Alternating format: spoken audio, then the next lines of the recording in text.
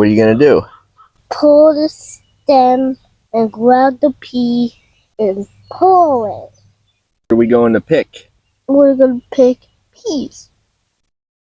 I have a nice row of peas here with a lot of peas ready to harvest, grown through cardboard. I'm going to show you how I grew these peas through the cardboard, but first, Robert's going to show us how to pick some peas, right? All right, Robert, how do you pick a pea? Pull the stem, pull the pea, then you put it in the basket. Okay, you want to show us how? Yeah. Oh, that one's so big. Oh, it's so hard to pick. Well, you'll just have to try harder. I got it. Okay. There we go. I got it. Do you know anything about any questions? Any questions? Yeah. You don't pull the plant out of the ground. What happens with the plant off the ground? Then you don't get any more peas.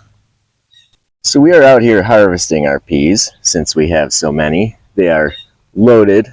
Probably should have started picking these sooner. But peas, it's really important to harvest them because the more you harvest, the more you're going to get. So once we harvest, all these new flowers are going to start forming new peas and upward growth is going to continue. You can see here, these guys here are about perfect size. About 3 to 4 inches long is good. Even these smaller ones are fine right here. Robert, you want to eat this pea? Mm-hmm. How's that taste? Okay. A lot of these peas aren't going to make it into the house because my 4-year-old's eating a bunch of them and I've been eating some too.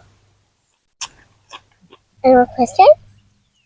So even though it's been super dry out and very hot out, the peas are still doing really good and are actually growing a lot faster now, which is kind of weird because they like the cooler weather.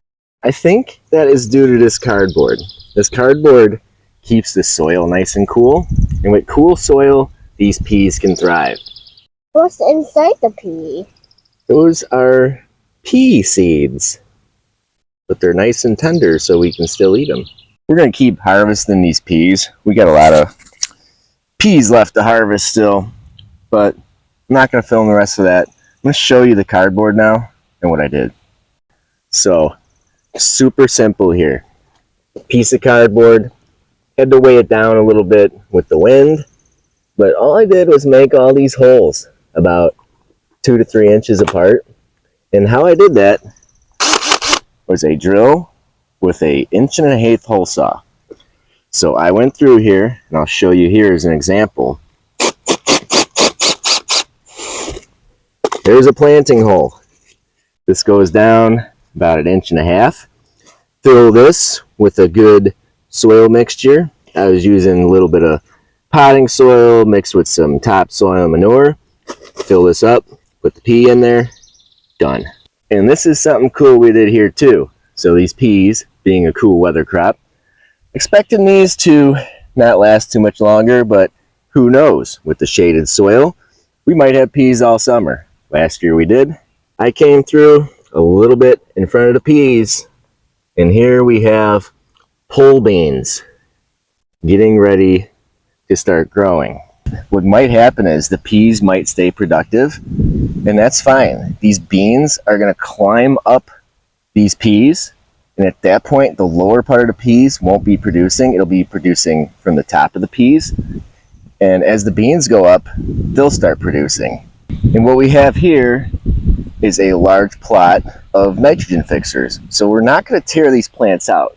These plants are going to stay here till they die, fall to the ground, and they're going to remulch this area. My next step here is to come back in with the hole saw, and I'm going to fill all of this with green beans. So this whole thing will be covered. Next year we'll be able to plant cucumbers, other nitrogen lovers in here because the soil is going to be really good. I do have some zucchinis coming up towards that area that I did put in here as well. This area of peas was planted first, so they are further along. You can see the tall ones there.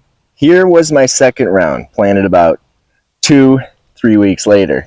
Now some of these did grow so vigorously that we are going to be getting peas on these pretty quick. But this staggered planting we did here assures that once these peas run out, these peas are going to take over. You got to stagger your planting for an endless harvest. And with your peas, harvest often, because the more you harvest, the more peas you get. Same with beans.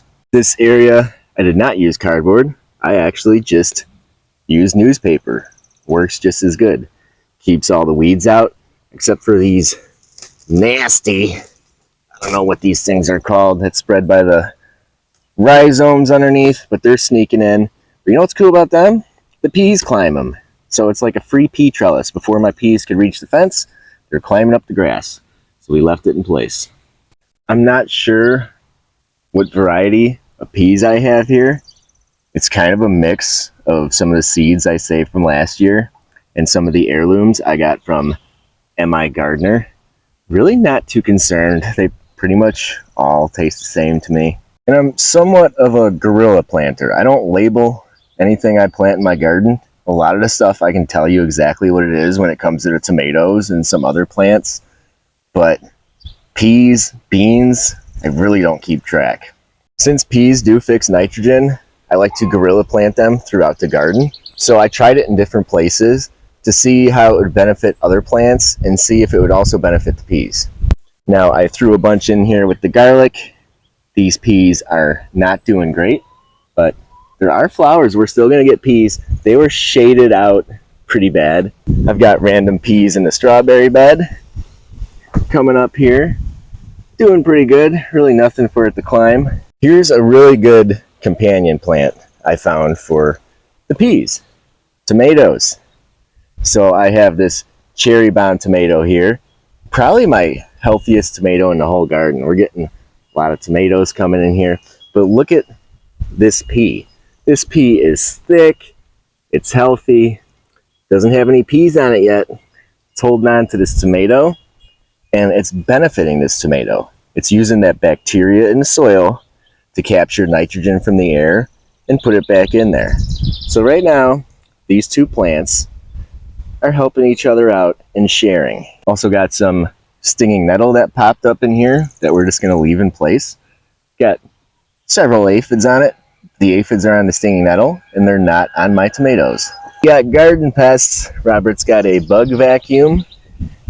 He'll come take care of your garden. He's getting some cucumber beetles off the cowboy toilet paper right now, his favorite plant.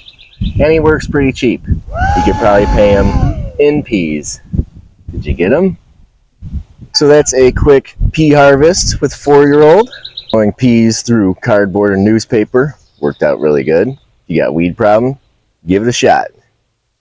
Thanks for watching.